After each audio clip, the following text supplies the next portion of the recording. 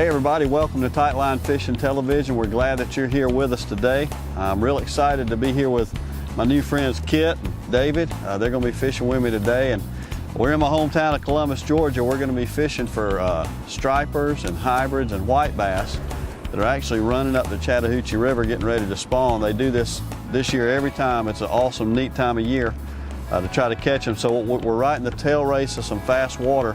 We're actually waiting for them to start generating a little bit of current from the dam above us.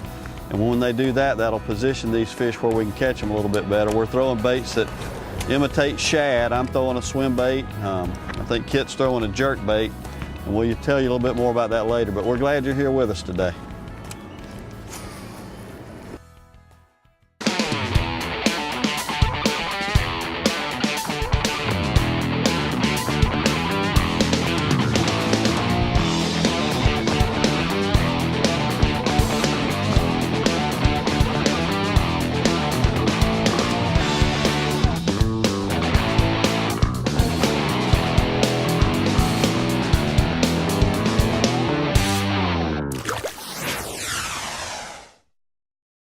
We pulled up on our first spot to go fishing for hybrids, and they weren't pulling any water or generating any water is what we call it. There was no current. And I threw my swim bait out there, and on about the second or third cast, to my surprise, I caught a channel catfish. That might happen to you on the Chattahoochee River. Hey Kid, how often you come down here and fish for these things? I normally try to come down here every other day since I'm retired. Yeah. So I just come down here and do my luck, fish. Awesome. And when the water starts generating, like you said, we're gonna start catching them. Now people, can they find out when that happens? Is there somewhere they can call and find out when they're going to generate? Or? Yes, there's a phone number for the Georgia Power. Okay. You can call that number and it'll tell you the times of generation and the lake levels. It's real important, folks, if you're going to do this fishing, to be down here when they're generating, and we'll get you that number before the end of the show. We weren't having any luck in the first place where we stopped, so we just made a short move right across the Chattahoochee River. And just about as soon as we did, David threw a super fluke out on a jig head and hooked up with our first good hybrid of the day. When people are catching these fish on the Chattahoochee, most everybody just calls them stripes, but we're catching two distinctly different fish. One of them is called a hybrid, one of them is called a striper. A striper was originally a saltwater fish that they introduced into freshwater. The hybrid is actually a combination of the striper and a white bass, and that's why it's called a hybrid. And you can tell the difference because it's got broken lines on it, and typically they're a little bit wider fish. It wasn't very long after David hooked up with that one that I hooked up with my first hybrid also, and I caught that fish on a J-Will swim bait head made by Buckeye Lures and a Kitech swim bait, which looks a lot like a shad. That's what you want when you're catching these hybrids and stripes. This is fun right here. Fishing with 100 of my best friends on the bank. Come here, little dude. Bring in the big ones. I'm catching them now, brother. That's my specialty. That's a small hybrid. That's the fish we're looking for. We're just looking for their moms.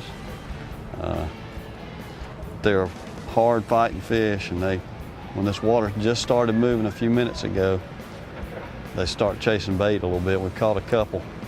See if we can catch some more.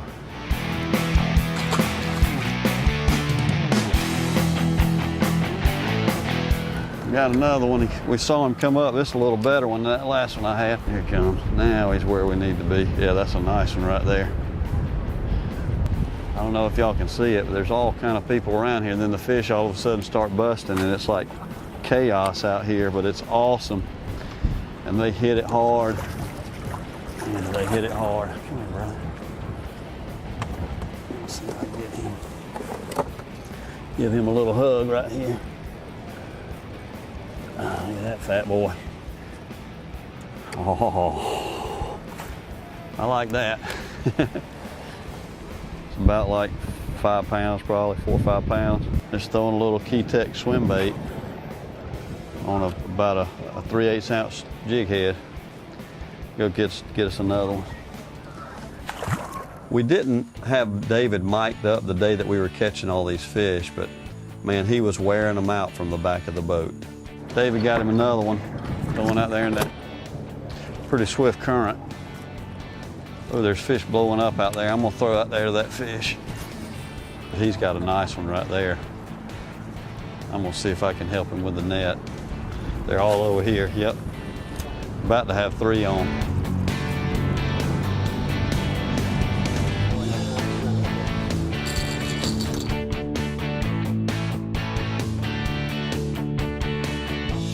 Whenever you're in a situation like this, if you can have 3 or 4 rods rigged up, and that's what David's got and I've got and Kit's got, you want a bait that'll run deep and then one just under the surface, and then it's important to have something like he's got. It's called a pencil popper. It's a topwater bait that makes a lot of commotion. It looks like these shad that these fish are running away from, and so if you can have about 3 rods set up, that's what you want.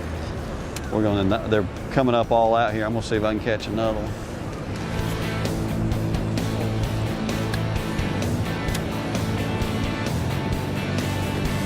I got him. That's a good one right there. That's a good one. That's a good one. They're thumping this. He's either behind a rock or he's a good one. He thumped that swim bait. It was just sinking. And he's back there in the current, which makes the fight even more fun. Got a double going here. I think I got a pretty good one. This is just craziness. This is just craziness right here. It's the good kind of crazy. No, he's not as big as I thought he was, but he's a good one. Come here, biggin. They act big. They're not like a largemouth. Put your hand in their mouth, they don't act still. Kind of catching twins up here, 3, 4, 5 pounders. It's an awful lot of fun. You want to get them off quick so you can get back in there and catch another one. You need the net, or can you just swing him? I'm gonna get this one back in the water, but you can see really good on that one how the lines are broken, and you know it's a hybrid. It's really important when you're fishing current to understand what the bait is doing, and it's important to make your presentation according to the current. So that bait is washing downstream, so you want to make your lure look the same way. So I was casting upstream at about a 45-degree angle and letting my bait just kind of drift down with the current, and I wouldn't start reeling until my bait kind of got coming straight back toward me. And that would be almost every time, that would be when I would get the bite, would be when that bait would turn to start to come back up current. I don't think this is a very big one, but it feels good. They're all good ones, don't get me wrong. But they're getting that current. David's got another one. Maybe he's better than I thought he was. Coming up right here.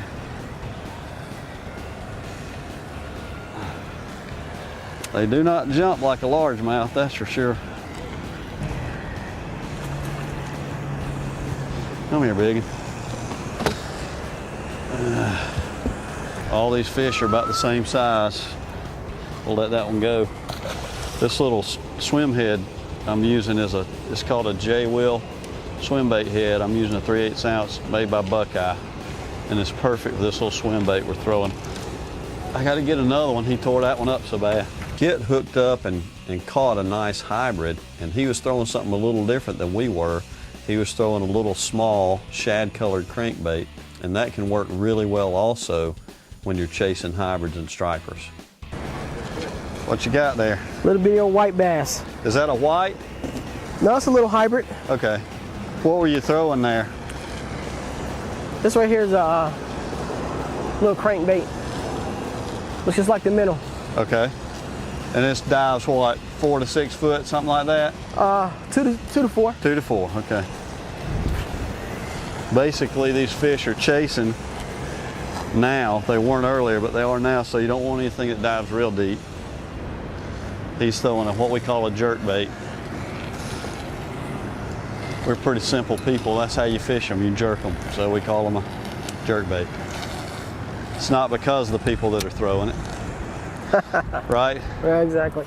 These shad in this part of the Chattahoochee River live in the fast current. Now there's always fast current, but when they start generating power at the dam above us, that's when the current flows much harder and it actually pushes the bait down, and that's what makes the fish get more aggressive and start feeding, because the bait comes out and starts moving out in that current, and that's when the fish start to chase it. It's more readily available at that point. Everybody waves at the camera, man. This is what's cool about being down here, though. We're right in downtown Columbus. This whitewater you see behind us, there's old mills where they made thread and fabric and stuff, and they used to have overflow dams that ran the power. Well, several years ago, they blew these dams and created whitewater courses. So now in Columbus, we've got this urban whitewater. It's real cool. But when the whites and when the stripes and hybrids run in the spring, you got everybody down here at one time. It's pretty cool. I've been fishing the Chattahoochee River most of my life, and it seems like the last several years it's gotten a pretty bad rap, but I'm here to tell you it's a great fishery still. I mean, you can see from the footage today we caught a lot of fish, and the hybrids and stripers aren't it. There's catfish, there's largemouth bass, spotted bass. It's a great fishery. If you ever get the chance to fish the Chattahoochee River or one of its reservoirs, take the time to come do it. How long you been fishing down here this way? Since I grew up in Georgia and Columbus area, I've been fishing here for about 40 years. Oh, wow. Now, when did you first start noticing you were catching more hybrids than the whites? About how long ago was that? I'd say about 20 years ago. Okay. Yeah, the hybrids have came back, it seemed like, the last 15, 20 years. Beginning of February through like early June, right? They'll run the Chattahoochee. Yeah, I was kind of, in my mind, I was thinking back to when I was a kid, and by now the run was almost over. But what Kit's saying with these hybrids and stripes is it's just about beginning to be good. And then he was also telling me, tell me that trick for knowing about when they're about to start and then when it's probably going to be over. Basically, when you catch a hybrid or a stripe, one of those spawning fish, when you go to clean it and you cut it open, look at the eggs. If the eggs, the pre-spawn eggs are just pink, but then you got the spawning, when they get ready to spawn in about a week to 2 weeks, is they're pink with black dots. That's how you know. So you catch one that's pink with black dots, you know you have about a week to 2 weeks of really good fishing.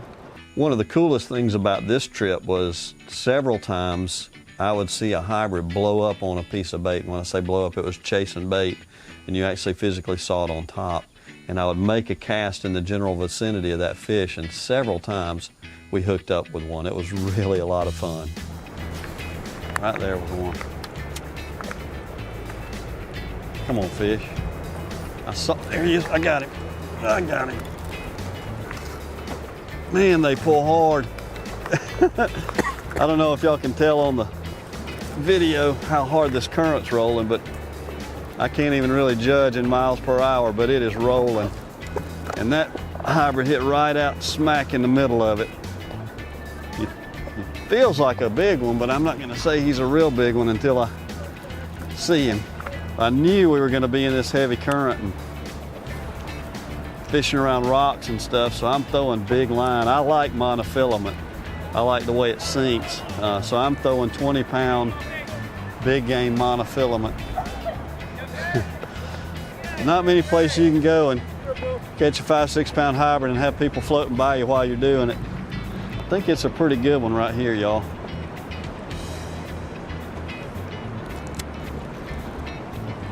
Yep, I heard an old guy one time fish for these things a lot. He called them wipers. I said, why you call them wipers? He said, because they'll wipe out your tackle.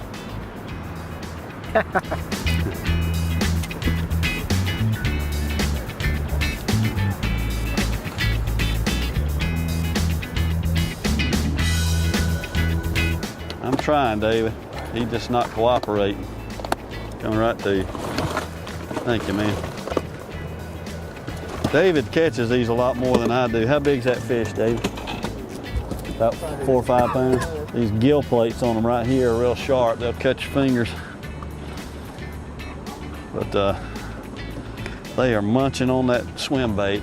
Golly, when they hit it hard.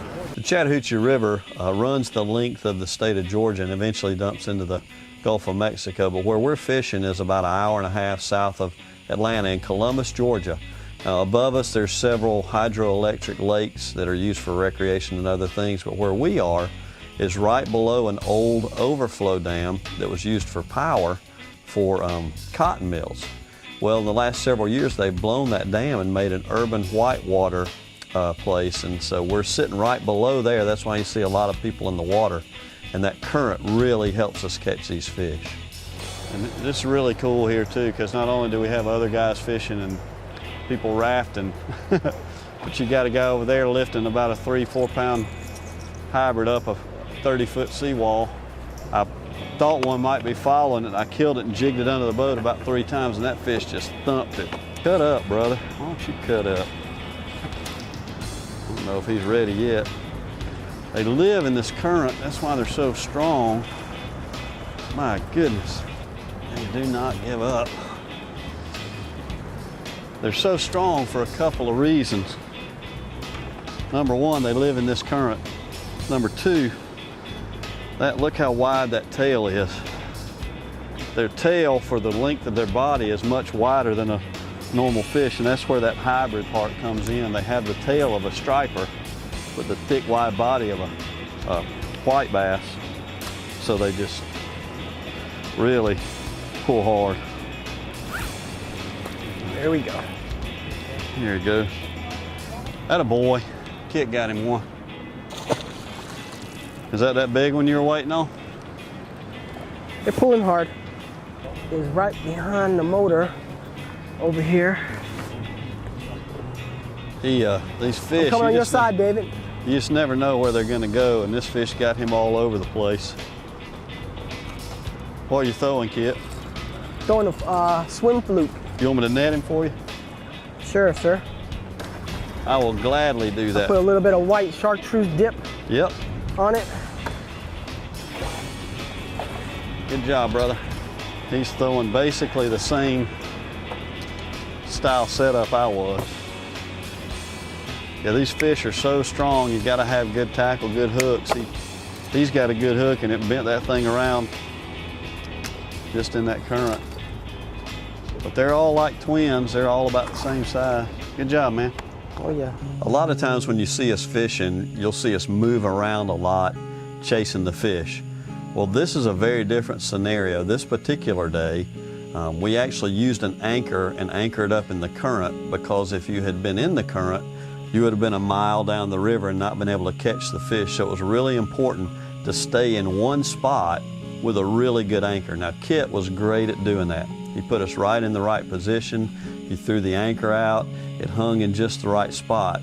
And that was really the most important part of the day. Catching them was pretty easy once we got anchored up. When we were anchored, there was current going all around us, but we were just in the right spot. And what that reminds me of is life is kind of like that there's always things going on around you. You got a job, you got a family, there's always going to be storms in life that happen. And you need an anchor, you need a secure spot in your life to hold you steady. And in my life, that's a relationship with Jesus Christ. I want to read you a scripture today. It's from Hebrews chapter 6, and it says this: "He who have taken refuge would have strong encouragement to take hold of the hope set before us. This hope we have is an anchor of the soul, a hope both sure and steadfast." You see, that's what you want your anchor to be. You want it to be sure and steadfast and always hold in the current. And that's what you can have through a relationship with Jesus Christ. It doesn't matter what's going on in your life, whether things are great, whether things are hard, Jesus Christ can be the anchor that's steadfast in your life. Maybe today you're that person that says, yeah, man, there's a lot of storms going on in my life, or I don't have anything to anchor my life on. And if you don't know how to have a relationship with Jesus Christ, it's a really simple thing. You see, Jesus already did all the work for you when He died on the cross. The Bible says it this way, that if you confess with your mouth Jesus is Lord and believe in your heart God raised Him from the dead, you'll be saved. And so if you'd like to ask Christ into your heart today, you can just pray this really simple prayer, something like this: Dear God, I know I'm a sinner. I believe your Son Jesus died on the cross for me. Would you forgive me of my sins, and would you come and live in my heart? It's just as simple as that. If you prayed that prayer with me today, I'd love for you to tell somebody who knows Christ about it so they can help you know how to grow in your walk with Him. Or maybe you have some questions or some struggles. We'd sure love to help you or love to pray with you. And so there's going to be a contact number on the screen. If you'd like for us to pray with you or help you any way we can, we'd love to do that. Thanks so much for being here with us today. Kit was telling me he comes up here when it's like this about every other day. What'd you do before you came up here every other day? I used to be in the military, in the Army. Okay. And I retired about 2 years ago. And since then, all I do is just fish. I do a little bit of tour guiding, take some folks out on the water, things like that. Around here? Around here. Okay. Well, we sure appreciate your service, man. Oh, thank you, sir. What that did to allow us to do what we do. So we certainly do appreciate it. And, Thank you. and all of you guys that do that for us, it means the world to us. Just like all the other ones, like a freight train. Look at that one right there. Look at that fish on top of the water right there. He's got that little bait right there. Got that little bait. This fish hit it way out there in the current again. He's way down there.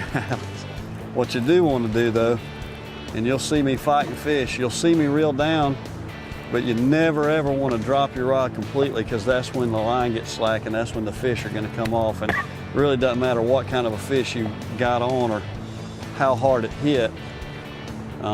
Trying to keep it out of the motor back there. It'll come off. They're just, that's what they do. They come off if the line gets slack. So you always want to keep a tight line like that.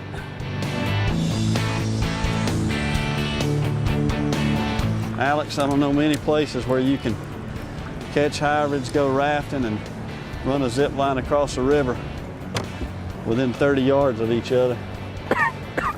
But this is the place to do it. He's got the hook in the bottom lip too. That was not a real big one, but probably 3 pounds. We're gonna let him go get 10. But me and David got us a double. We're waiting on Kit to get a triple. Boy, they are so strong for their size. It's crazy. Crazy. You can really see the lines good on this one. I'm gonna do mine up the wall. There's mine, there's his. That right there. It's Chattahoochee River Special. I probably caught 6 or 8 of these big hybrids on this, and I'm throwing monofilament line. And I noticed a few minutes ago I got some rough places on it. Even though it's 20-pound line, if you rub your fingers down and it feels a little bit like sandpaper, even if the fish are biting real good, it's best to take the time to retie, because you never know when that next one might be the big giant one. So we're going to take a minute to do that. The Kit got one. He's throwing a similar thing. He's throwing a swimming fluke. Is that what you're throwing? Yes. And dyed that tail chartreuse. And I asked him how big is it. He said current. He's trying to fight though. Coming right at you. Good job, brother. Full of egg. Nice, nice, Full nice. of egg. Look at that.